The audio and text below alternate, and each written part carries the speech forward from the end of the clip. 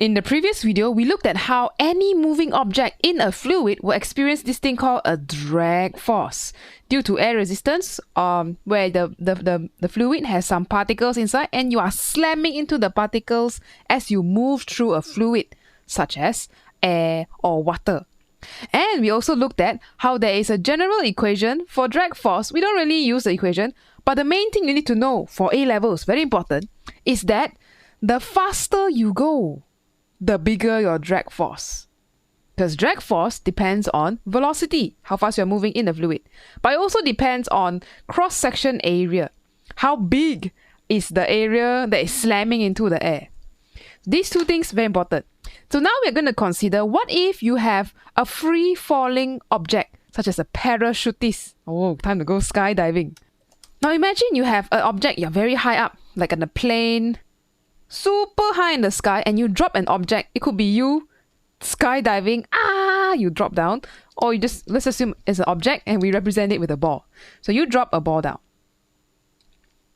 The ball will start to move down faster and faster because there is a force pulling it down. This is weight of the object. We also use a symbol W, which is equals to mg.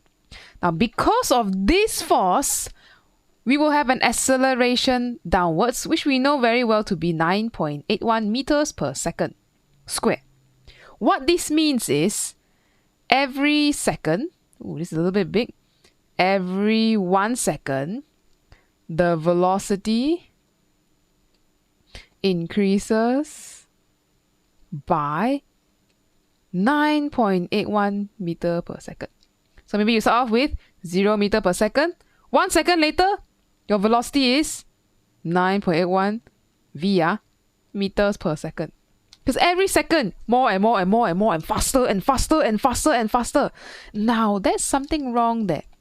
If your velocity downwards is increasing and increasing and increasing, then you will reach the speed of light. If you keep falling, you reach the speed of light. Is it possible? Something's wrong there. In real life, there's another force that is acting on here, and that is what we call the drag force. There is one more force we need to draw on this diagram, which is pointing upwards, and this is our new friend, FD. Or sometimes I shortcut, I'll just write D for drag. This force is the one that exists in real life situations, and this force is getting bigger and bigger. Remember just now we say, the faster you move, the bigger the drag force. That is what we're going to look at today, a deep dive into how to think about this.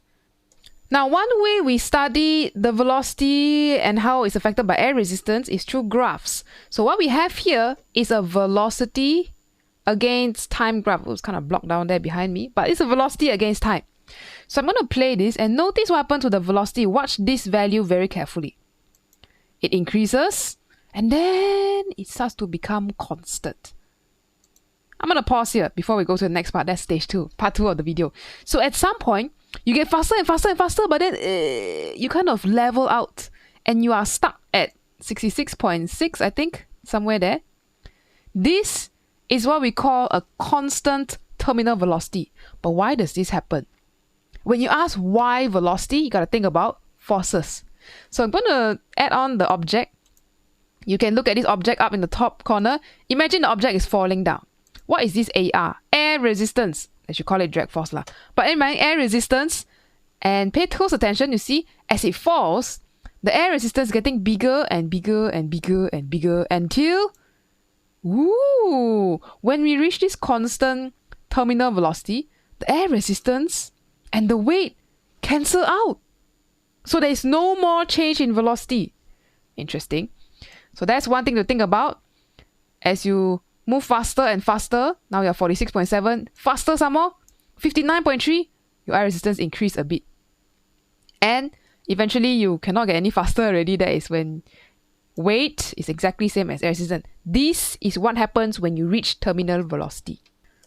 Let's unpack that velocity time graph a little bit more, because what Cambridge will want you to do is, can you describe the forces and the changes? Describe the changes. So I'm going to draw the graph here, which should look something like this.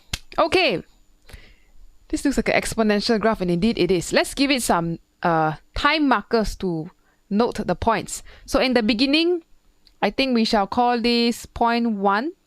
When you first start off, you release the object and it's starting to fall down.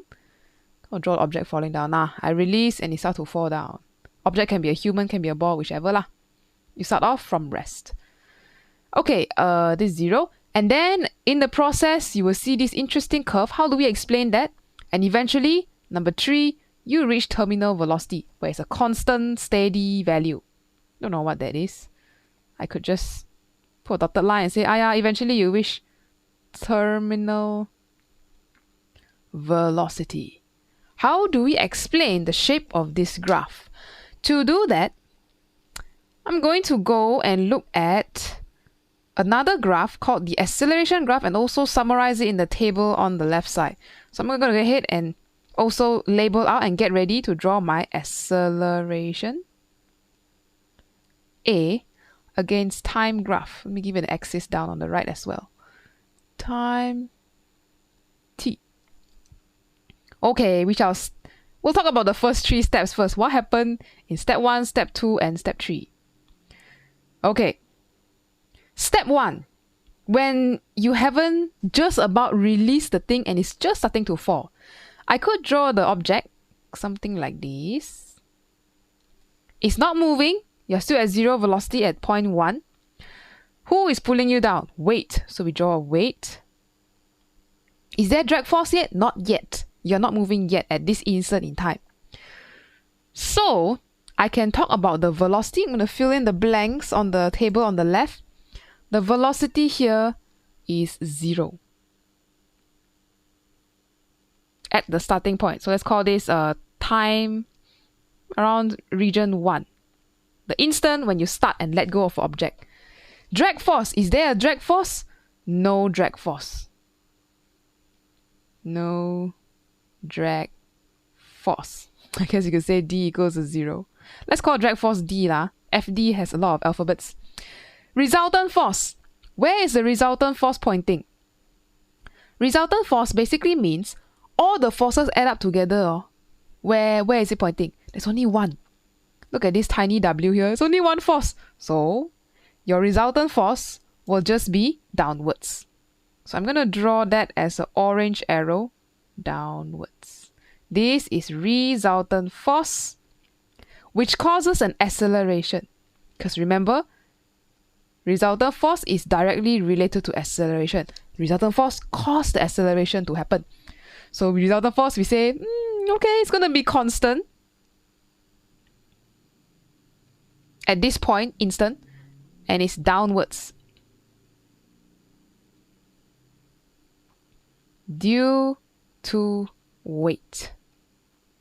And weight is not changing. So if you're not moving, that's downwards due to weight. Acceleration, also downwards. So remember, based on the Newton's second law, F equals to ma. If the force is weight, then the weight equals to ma. Weight is mg, right? So mg equals to ma. M and m cancel out. So the acceleration at this point would be g, which is 9.81 meters per second square. This is why, if there's no air resistance, no drag force, right? Remember we say no drag force. No air resistance, acceleration is 9.81. Before we move on, I'm going to define our directions here. Because later you have directions that point up, direction that point down. So, for our reference, we are going to define all the forces that point up as negative and all that point down as positive. You can kind of choose whichever you want, but for convenience, since things are falling down, we're going to say down is positive. So currently everything is still downwards due to weight, all downwards. Resultant force here is positive. So I'm going to write here positive resultant force, downwards.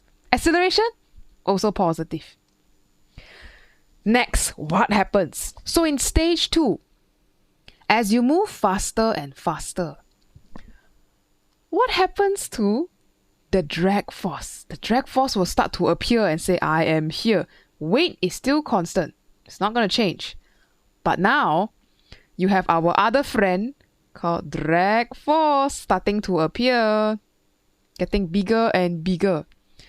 This drag force will now affect your resultant force. So let's talk about in region 2, throughout that entire region. In this process, number 2, the velocity that is pointing downwards, because you're still moving down, right? Downwards, increases. You're speeding up. And that will cause your drag force to also increase. So the drag force that is downwards increases also. Because drag force is proportional to V squared. All this is still downwards, right? So I should put a positive sign to remind myself, hey, all this is still pointing downwards. How about the resultant force? Throughout region 2, this whole curve section, what is happening here? As the drag force gets bigger and bigger, your resultant force will get smaller and smaller because now both forces D and W are fighting. So I'm going to draw the resultant force here. It's still pointing down, but it's getting smaller and smaller. And this resultant force is also related to acceleration. So I'm going to draw a tiny little acceleration A there to remind us. And if you were to explain what is happening during the entire section 2, I guess you can draw that there, is that you can say that the net force, still pointing down, so I'm going to write here downwards, is decreasing. Why? Oh, because drag force is increasing.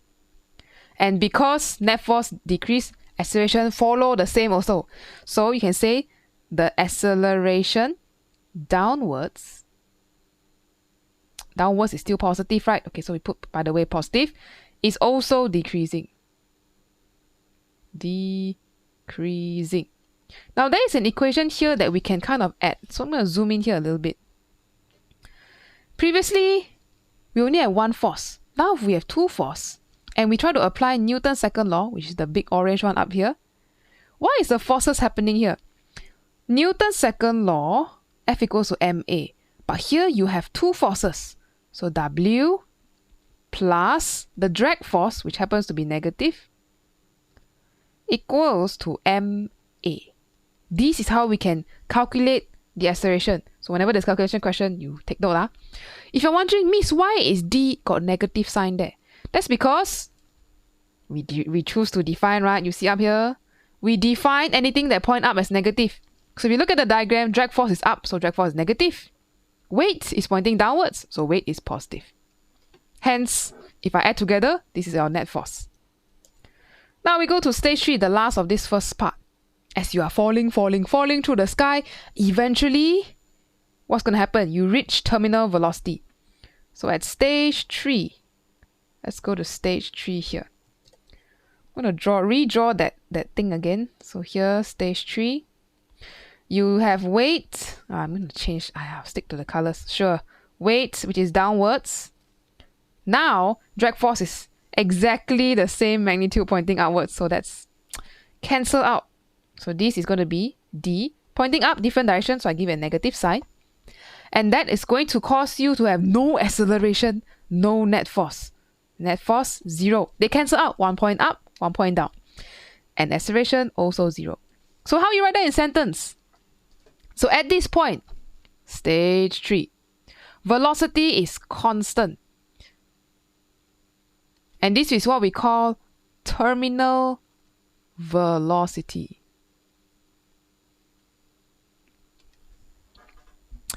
Then drag force is as big as it can go already. So at this point, the drag equals to the weight. If this one is 10 Newton, this one also 10 Newton. Same, for example. And that's the biggest it can go. It cannot go any larger if you don't change anything else. So this is the maximum already. Resultant force. Is there any resultant force? No. You see on top of my head here, they cancel out. Exactly 10 Newton, or whatever Newton. So there's no net force. No resultant force. So net force is 0. Cancel out already. You can also write, I guess, drag plus weight. Weight minus or plus a minus drag equals to 0. Same thing. Acceleration? No acceleration. So we say acceleration is 0. No change in speed or velocity. Which is why we go back to the beginning. No change in speed, right? So constant, or constant means acceleration 0. All ties together. So these are the points you want to mention whenever you explain the process of this terminal velocity drag force. Now, what about acceleration? Sometimes they will ask you to draw or sketch or explain the acceleration graph, which is down here in the lower right corner. How would the acceleration look like? We look at our table. Acceleration start off at 9.81, which is in free fall if there's no air resistance. So you can say we'll start with 9.81 here. This is g, the value of g. And then you start to decrease. So we could draw something like, let's see if I can push this over a bit. How to draw a decrease from 9.81 all the way down to 0. Maybe something like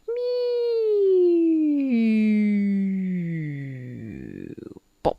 Ooh, so nice. I've never drawn graphs so smooth for a long time. Okay, so that's how acceleration would look like.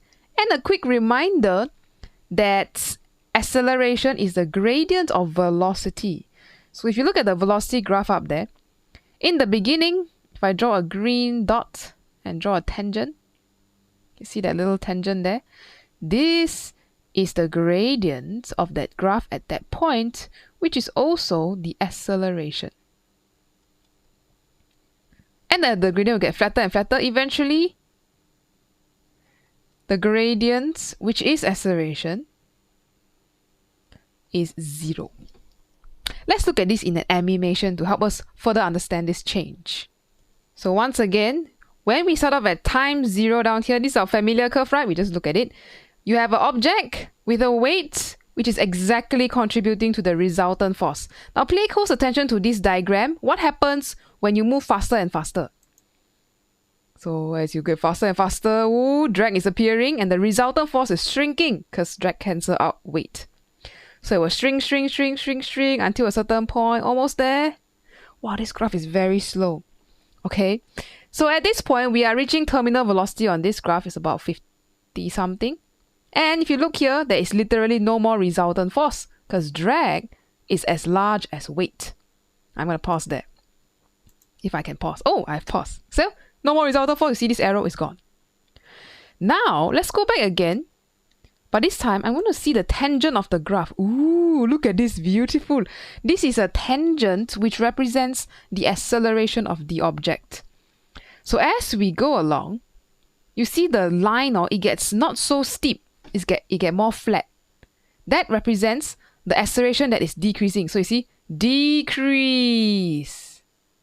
Now you look at this resultant force. Decrease to 0. And at this point, the graph is literally almost flat because no acceleration, no gradient, no resultant force. They are all related.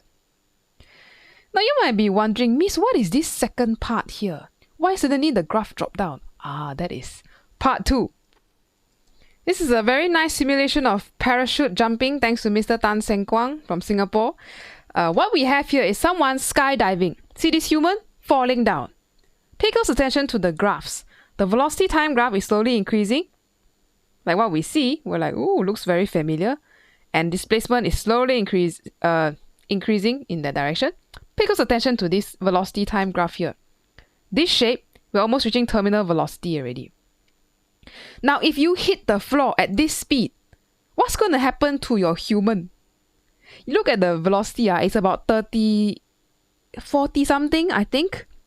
That's not good. You will go, you like splat on the floor. So when people do skydiving, you need a parachute. That's why we have this thing. So once again, we fall from the sky. Where shall we open parachute? I think we wait until we reach terminal velocity. Or maybe halfway point. Okay, so I'm going to open the parachute in 3, 2, 1. Boop, boop. Ooh, what is this? Look at the velocity. It suddenly decreased. I pause first. Velocity will drop. There is a spike in acceleration. Oh my goodness, this is a very interesting numbers here. And suddenly you slow down. So your displacement graph kind of has a little kink inside there.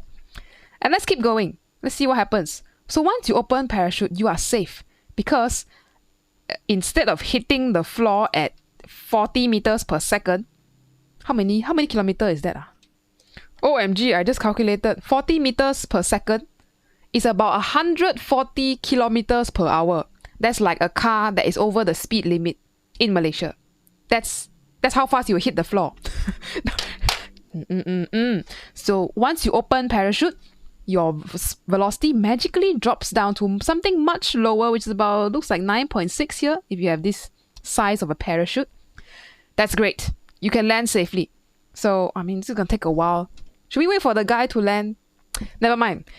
So, as the guy slowly descends, see the shape of the displacement graph, see the velocity graph, the sudden drop, and the acceleration graph. How do we explain the physics behind these shapes? And why is it so safe for the person to land now? Let's finish up the graph. So once you open parachute, something happens. You go boop down and then reach a constant terminal velocity again. So it's going to be a very quick sudden drop in your velocity. Let's give this some points. Let's call this point where you suddenly have a drop in velocity, open parachute, pop, pop, boom. And then you come to point 5 or region 5 where you kind of steady at a second terminal velocity again. Okay, dotted line. Steady. Okay, force diagram. What happened at number 4?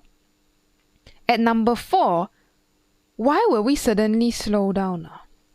Weight is still constant. Still the same plus W. No change. But drag force. Drag force is different. If you are a human like this, the drag force is small. If you are a human with a huge cross-section area parachute, remember, drag force is proportional to not just velocity, but also the cross-section area. So if your area suddenly increase a lot, compared to, I don't know, this tiny little area, then the drag force would suddenly become very big. So this drag force, super, super large. Even bigger than weight. So now you're going to have a resultant force that is upwards, change direction now. This is an upwards resultant force. Well, since it's upwards now, we call negative. Because just now everything downwards we call positive ma. Okay, right here, positive, positive. So look on the left, at first net force is all pointing down. Now, just because you open an umbrella, open a parachute, the drag force suddenly becomes so big. And because of that, your acceleration is also going to be upwards. So acceleration and net force both point up now. Then eventually you come to a point where you will slow down and then your drag force will get smaller and smaller. So I'm going to draw an arrow that has now decreased.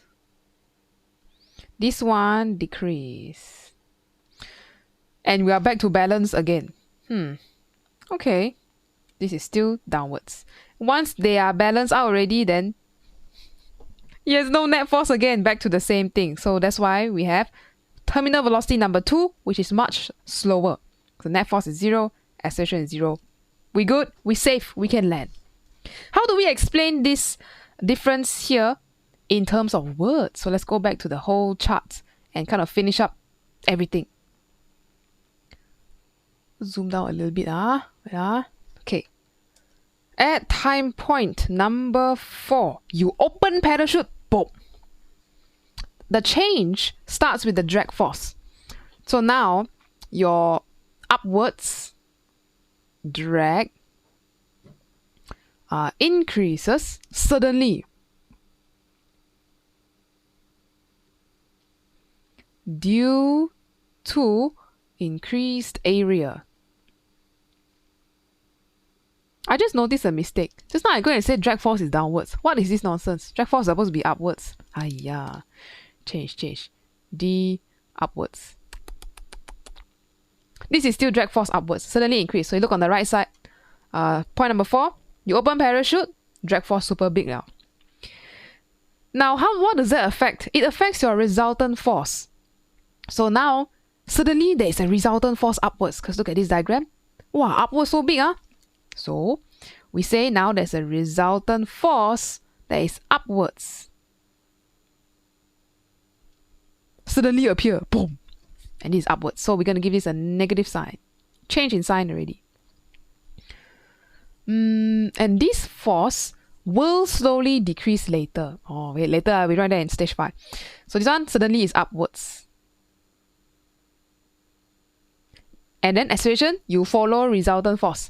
So acceleration also upwards. So acceleration, suddenly change direction, upwards, suddenly. During the moment where you open parachute. Okay, so that will be, let's give it a negative sign because negative is upwards. Then we last point go to velocity. So if you are moving down and suddenly there's acceleration upwards, you are going to slow down.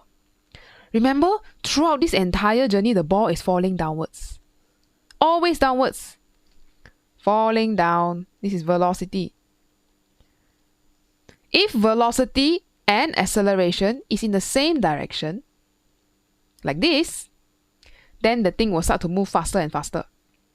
But if velocity and acceleration is in a different direction, like this pair, then your object will start to slow down. That's the basics of kinematics that we should know from the previous chapter. Velocity and the direction of acceleration matters. So here we're going to explain it and say, so because of that, I kind of write it in this color. So the velocity downwards, still downwards, no change in direction, decreases. Ooh, suddenly got color change. And this is where we'll see the graph as a sudden drop up here. Last step, step 5. Okay, so step 5, your velocity is decreasing. Decrease some more. As your velocity decrease, your drag force also decrease. So the last thing we can say is that your drag force decreases. So the drag force that is upwards, still negative, decreases as velocity decreases. You follow velocity lah.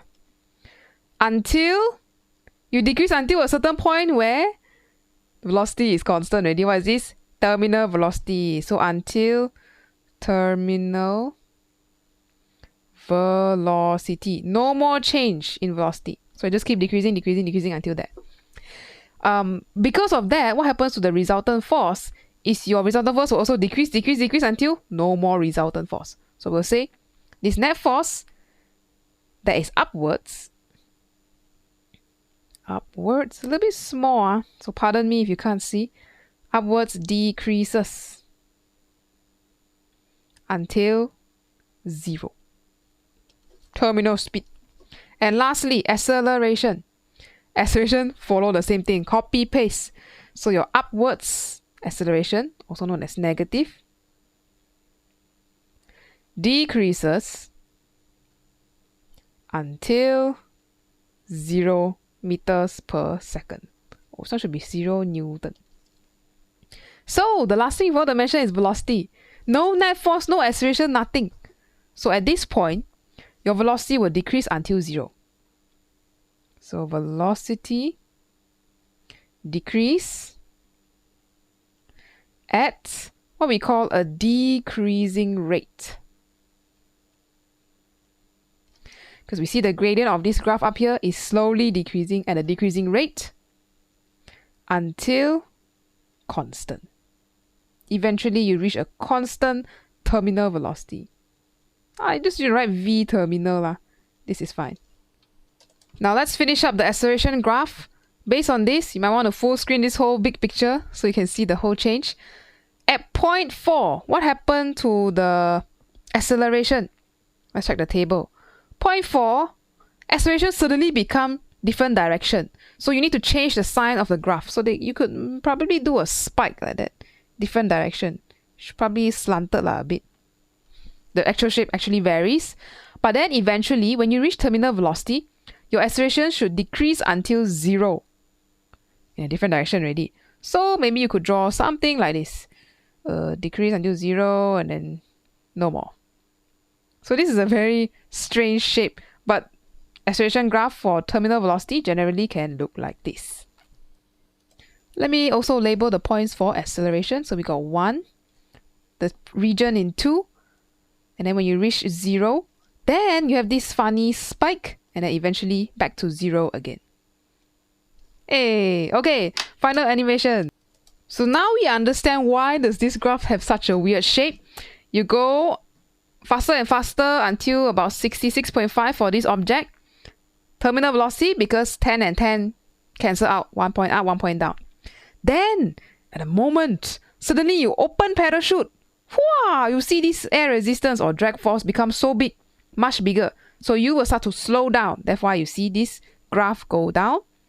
So as we slow down, the drag will also slow down. The drag becomes smaller until you reach 10 Newton, 10 Newton again, cancel out. And now you're at a much slower and safer speed to land. Similarly, back to this one, you start off with a huge resultant force. Over time, the resultant force gets smaller and smaller and that affects the acceleration, which is the gradient, until you reach a point where there is literally no more acceleration. No, nothing else. Then you open parachute. You want to see the animation? Not very cute one, very sudden. Wait for it, wait for it. Stay at this point. Stay at this graph. What's going to happen? Woo! Did you see that happen? That was such a quick drop. Suddenly, you open parachute. Pop-pom! Your resultant force is off the chart. It's so big, you cannot even see it here. So it's super big. Acceleration is super big also. And eventually it will calm down. Everyone will calm down. Resultant force becomes smaller again. And then you are back to terminal velocity once again. So it's safe, guys. You can go skydiving. Because physics, we got you. We got you. We planned this carefully. It's safe to go skydiving. So number 1, in conclusion, know the graphs, how to describe them, especially in terms of words. So this table on the left side is a summary of how you can talk about velocity, drag force, resultant force, and acceleration all at one go. If they ever ask you to do any calculation, stay calm. The only equation you have is Newton's second law, F equals to ma, right on top there. And pretty much there's only one way to think about it, which is weight and drag in opposite direction equals to ma. Who's changing? It's really the drag force problem. Drag force problem. Drag and acceleration keep on changing, and acceleration affects velocity. Changes. So that's all for this video. Hope that was helpful in helping you understand. Go try out some past year questions to describe these things, and you'll be okay. That's all for this video. I'll see you in the next one.